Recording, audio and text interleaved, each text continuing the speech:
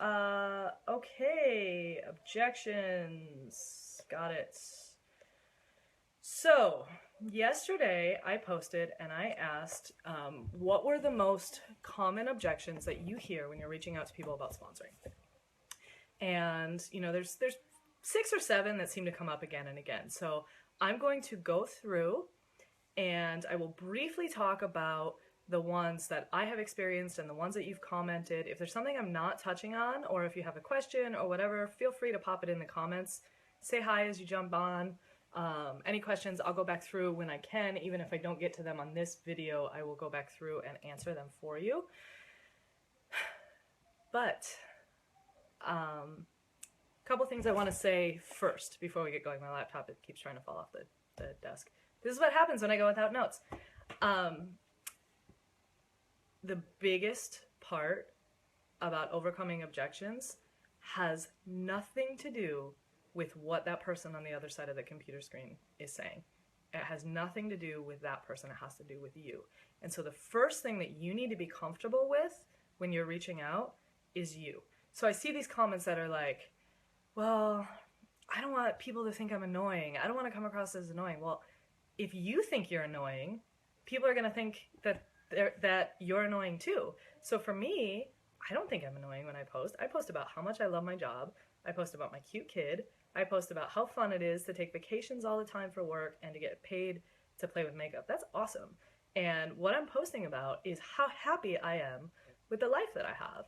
And who doesn't want to see somebody else's happiness on their Facebook page? And if you're somebody that doesn't want to see somebody else being happy, then you're kind of a jerk, and who cares what you think anyway, right?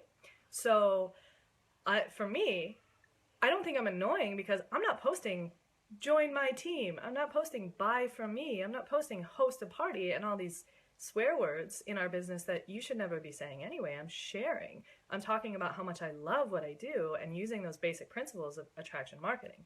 So that's where you want to be coming to it from your own perspective, okay?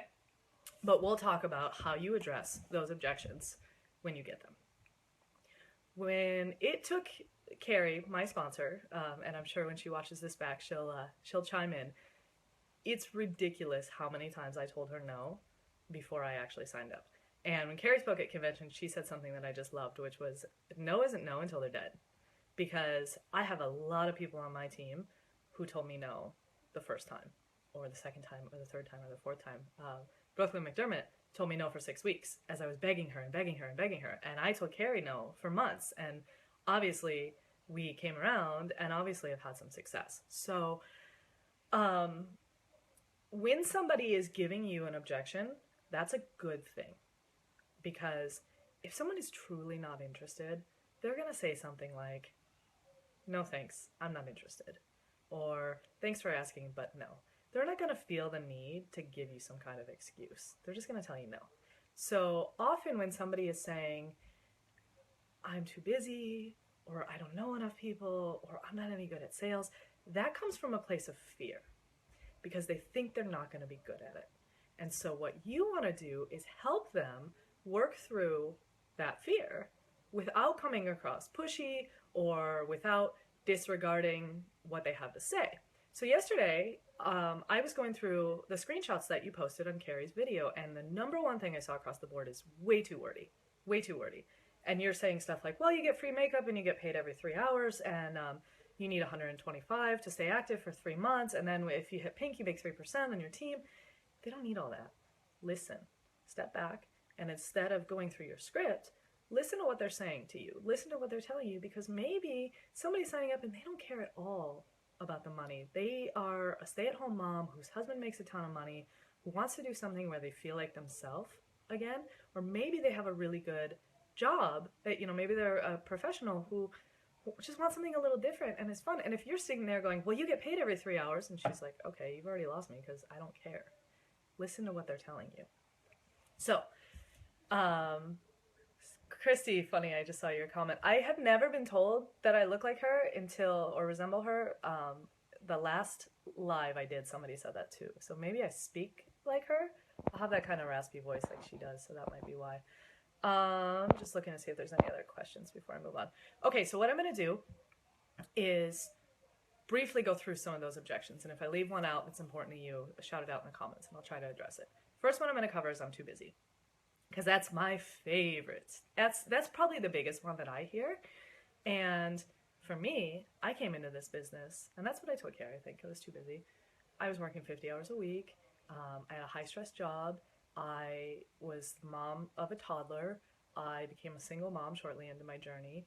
I was getting home at 9 o'clock at night. I had 3 hours at night to work my business before I went to bed at 12 and did the same thing again the next day. And what I have found is the people on my team who are the most busy are the ones who have been the most successful. You know, Brooklyn, who had 3 jobs. Tony, who is on Brooklyn's team, is an elite on her team, has 8 children. Shelby is an elite on Brooklyn's team that has 7 children.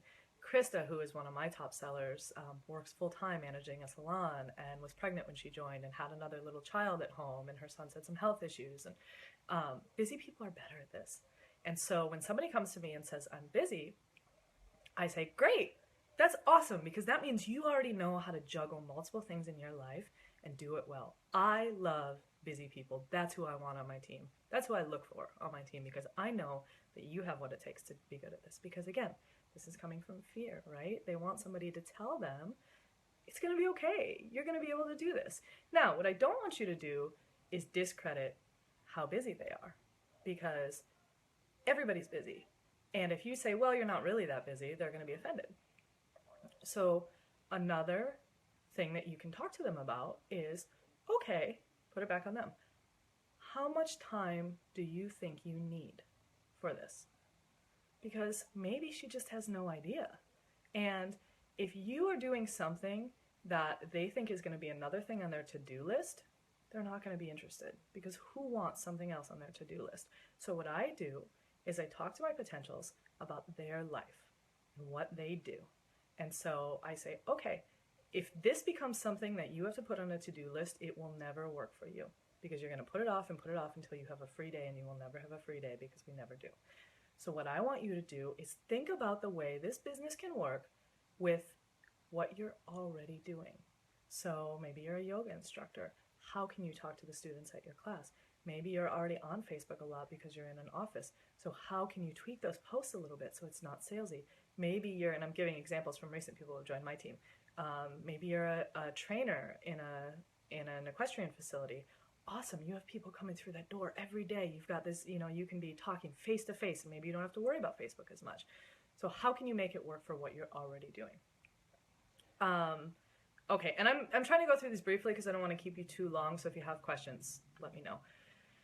Next one, I'm not good at sales. Awesome. Any objection they give you, I want you to respond with, that's great, or that's awesome, and here's why that's a good thing, okay? Because that's your job, is to try to spin that to show them why that's a good thing. So I'm not good at sales. Great. I don't want people who are good at sales, because what we do is not about being pushy or salesy. No one wants that used car salesman experience, and in fact, we are specifically trained not to do this here. So you don't have to worry about being that person who's annoying to your friends, who's being pushy and spammy and salesy, because that's not what we do here. And so then what I'll do is I give them examples of posts that I've done, where I'm like, here's a picture of my kid fully done up in kitty makeup using our different colored eyeliners. And I get sales. Every time I do a post like that, I get sales from those. That's how I do most of my business, is through one-on-one sales from people who come to me after they see my Facebook posts that have nothing to do with selling, but are working it into the business in some way. I was no good at sales. I had never taken a business class. I had never had a sales job. I was a lawyer who got paid not to be nice to people. I never had to try to sell anybody anything. And I said that same thing. Oh, I'm not any good at sales. I can't do this. So then I go back. If there's someone who is already a customer who's thinking about joining, I say, okay, let's look at where you bought from me. And was that a situation where you felt pressured, where you felt like I was being salesy, where I was feeling pushy? What was it that drew you in? Because if they can make a connection with that purchase they made from you and how that was a good experience, it helps them to understand how they can do that with the next person. Great. I don't want you to be good at sales. I don't need you to be good at sales. That's not what we do. Another way you can look at that is, okay, it's not about selling, it's about promoting. So maybe you went to Ruth's Chris and you posted a picture of your steak dinner and said, wow, that was the best steak I ever had. Or, maybe you posted a picture of whatever new Starbucks, the pumpkin spice latte is back. Yay, I'm so excited. Or maybe you did a status update about going to the movies with your husband or your boyfriend. And you didn't make any money off of that. Ruth's Chris made money. Starbucks made money. The movie theater made money. The only difference between that and what you're going to be doing here is that instead of that big corporate structure making money, you're going to make the money. Okay. Next one. What are some other ones? And go ahead and comment, like, as you're going with some of the big ones that you have. I don't know enough people. That's what I hear a lot. So it's not about who you know necessarily. In the beginning it is. But it really becomes more about who they know. And I'll tie this in because this kind of goes with I'm going to talk about I don't wear any makeup because these two kind of go together in my mind. Okay, maybe don't. It's not about whether you wear makeup, it's about whether your friends wear makeup. And I guarantee your friends are wearing makeup. And even if you don't think you wear makeup, if I came to your house and I looked in your makeup drawer, I guarantee I'm going to find something. So I was this person who had a very small network. I think I had less than 200 Facebook friends when I signed up. I posted maybe once every 2 to 3 weeks on my page. And Peggy, I just saw your comment. I'll come back to that. I would get out the door with maybe a little bit of mascara and some lip gloss. And, okay. But my mom was wearing makeup every day. My sister was working in a hair salon and she wore makeup every day and was talking to people about makeup every day. My best friend Krista is a licensed cosmetologist. And so, I knew that I had, even if it was a small network, I had a network of people who wore makeup and who had friends and maybe had a lot more friends than I had. And so you say, okay, it's okay. You start small.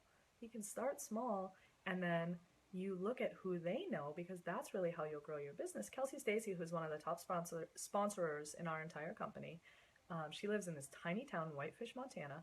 And she said when she started, she would post about Unique on her Facebook page and she'd get 1 like, and it would be her mom. And she was going door to door in her town, just saying, hey, I have this great new mascara. You want to try it out? Talking to people, just getting out there. And it started small and it took a little while to get that ball rolling. But now, she sponsored 70 people last month.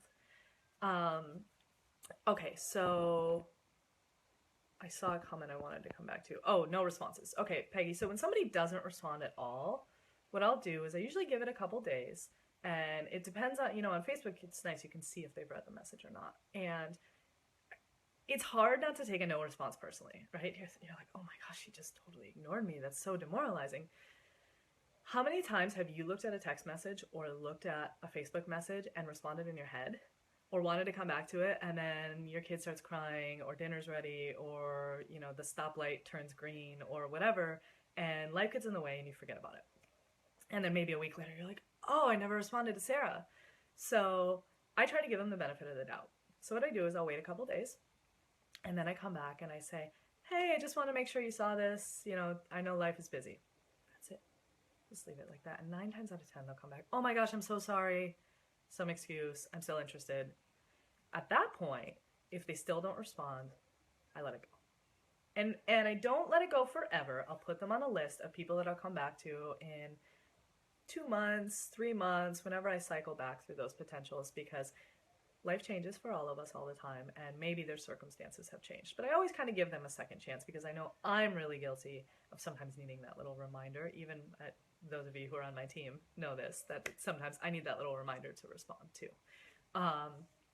So, Ashley, too many other, oh, yeah, this is a great one too. Too many other people in my area sell Unique. One of the first trainings I ever went to with a company was with Bree Richardson in San Diego. And she's, for those of you who don't know who she is, you should follow her. She's fantastic. She's one of the top 3 highest ranking people in our company. And she just won at convention. Her first through 3rd generation had the highest amount of sales for the year of anyone in the whole company. And she's a fantastic leader. Her training materials are wonderful.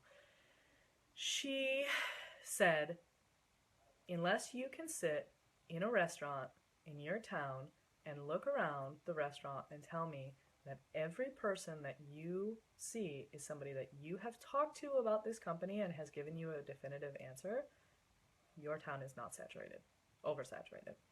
So I have 3 of my elite leaders live in the town within 5 miles of each other in the town that I grew up in, which has about 100,000 people. And they are on 3 completely different legs of my team. And so, they're like selling over each other, crossing over each other, and even in a relatively small town, they're still growing like crazy and selling like crazy. And, people talk about oversaturation, and you look at our company and we just hit 500,000 presenters. You have companies like Mary Kay, Pampered Chef, they're in the millions that have been around for decades, and they're still growing and they're still expanding.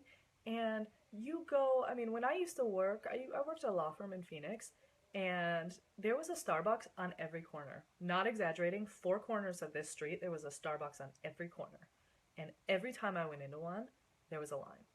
So, there's this, I think oversaturation is a myth, where undersaturation, sure, you see these companies come out and they're like, oh, be part of this great new thing. We have you're going to get out on the ground floor and that's going to make a difference. But saturation means brand recognition. And so in a lot of ways, it's way easier now where somebody can come to you and be like, oh, I've tried Unique. I love the foundation. I love the concealer, instead of 2 years ago where they were like, what? Some unheard of makeup company? No thanks, I use MAC, or I use Bare Minerals. That is in every mall. Saturation is brand recognition. That's a good thing. Roxanne, I covered people who don't respond.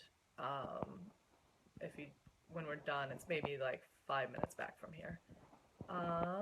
What else? Okay. So one of the other things I like to do in any of these situations is never ask a yes or no question. Okay, that's one of the first rules in sales. You never ask a yes or no question. Would you be interested? Would you want to host a party? Do you want to sign up? Because if you're giving them a chance to say yes or no, then what? That stops the conversation right there.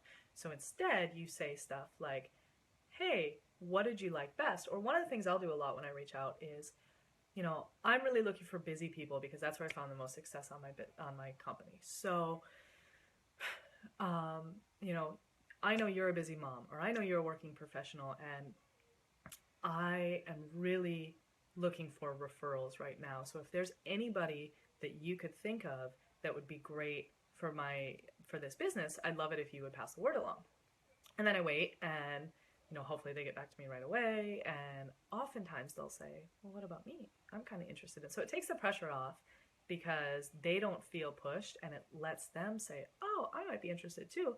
And if nothing else, they'll always come back and say, oh, let me think about it. And then you can ask in a couple of weeks, or they'll come back with a name. And I've actually had some people join my team that way.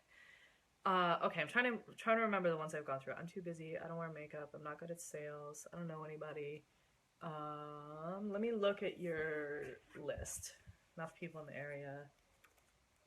Think I might be good. Go ahead and pop them on if I'm missing one, but I'll go back real quick and look at your objections.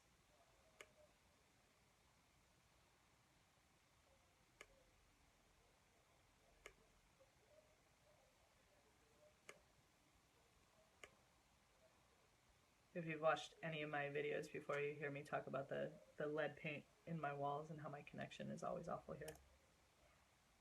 It seriously caused major fights in relationships in my life because my people will call me and my phone just doesn't ring and it goes to voicemail, or they'll text me and it doesn't come through, and they're like, I know you got my message. I know you're ignoring me. This house is causing drama in my life. Okay.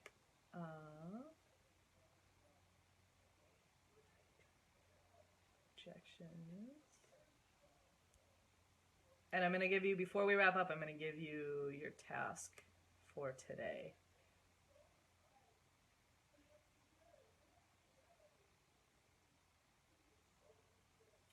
Money, yes. I'm surprised. Oh, Peggy, sorry. I just saw your. um, okay. Yeah, a lot of no money.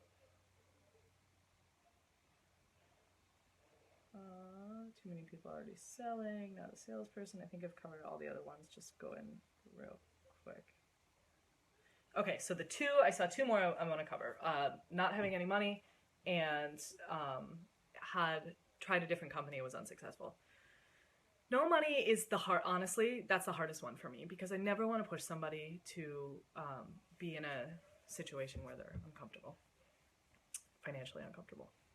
And so one of the things that you can do is you can have them host a party. And this is completely within our compliance structure, is you host a party, you are the one who's running the party, so you're making that commission off of it, and once that party gets to the point where it earns $99, you can stop, you can sign her up, she's working to raise that money, you can switch it over to her name and her link, and she can sign up from there. So basically she can host a party to work to build that $99, okay? So that takes off some of that pressure. The other thing, because it's hard, because really when people tell me I don't have the money, I want to be like, that's why you need this, right? Because I didn't have the money. I was working so hard at another job where I was still struggling to make ends meet. And now I am making money I could have never dreamed of. Like, that's why you need this, is if you don't have the money. But it's hard to say that to somebody right from the beginning. And so that's one of the options you can give them. Another option I try to give people is, okay, well, why don't we start to put the word out now before you've signed up? So let's talk about 5 people that you're going to go talk to.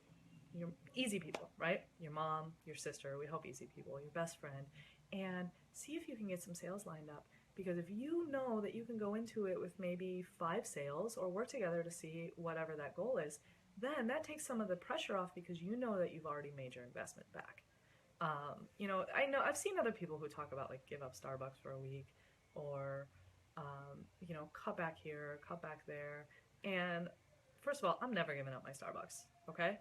And second of all, I don't like being in a position where you're asking somebody to give up something to do this, because this is something that should be enhancing their life. So if you're going into it with this mindset where you're saying give up this to join this company, I just don't think that's a good foot to start on. Now, if you have someone who is like, I really want to do this, but I don't have the money, help me figure out a way, then maybe you can talk about if there are things they want to cut back. But we're not financial advisors. We're not business planners, okay? You're trying to help them find something that makes this easier. So last one I'm going to cover, and then I'm going to give you your task, is worked with a different company and didn't have success. Yeah, me too. I did that. I was with Stella & Dot. They have an amazing product. I still wear a ton of their jewelry. I gift a ton of their jewelry to my team. I had a hard time with that business structure for different reasons. And I could sit and be like, it's the comp plan, it's the product, it's this and that. And I'm not going to do that. It was me. It wasn't a fit for me. There are people who... Cut out for a second. That's my sign to wrap up. There are people there who are making, tens of thousands a month. It was me. That wasn't a right fit for me. And this business is not going to be a right fit for everybody. And there are going to be other direct sales companies. All direct sales companies are not created equal. Just like all jobs are not created equal. So that's like somebody saying, well, I'm a teacher and I went to this school district and I had a really bad experience and I quit, so teaching is not for me. No, that job is not for you. That position is not for you. That's why in this day and age, so many people in any profession move from career to career until they find, or within a career, move from employer to employer until they find a right fit. So what I always tell people is, look, the most important thing when you look for any direct sales opportunity is you want to find a comp plan that is favorable to the presenter, and you want to find a product you can stand behind. And if you can have those two things, anything else can work for you. So when people tell me they're with a prior company, I say, okay, well, what do you think didn't work about that company? What do you think didn't work there? And try to get to, what is it about that person that wasn't a fit with that company? And then you can talk about the distinctions. And remember, listen, ask questions. Let them tell you. Don't just accept that no. They want to talk about whatever that experience was. So You know, I know Amanda Lawrence, I think, has done a video. I'll see if I can find it and post it in the comments about she was with a prior company, and when Krista talked to her about signing up, she was really turned off about the idea of Unique because she said, "Oh no, I was with a prior direct sales company," and so she's got some great responses to that I will defer to. Okay, so your task is I'm going to start a new thread.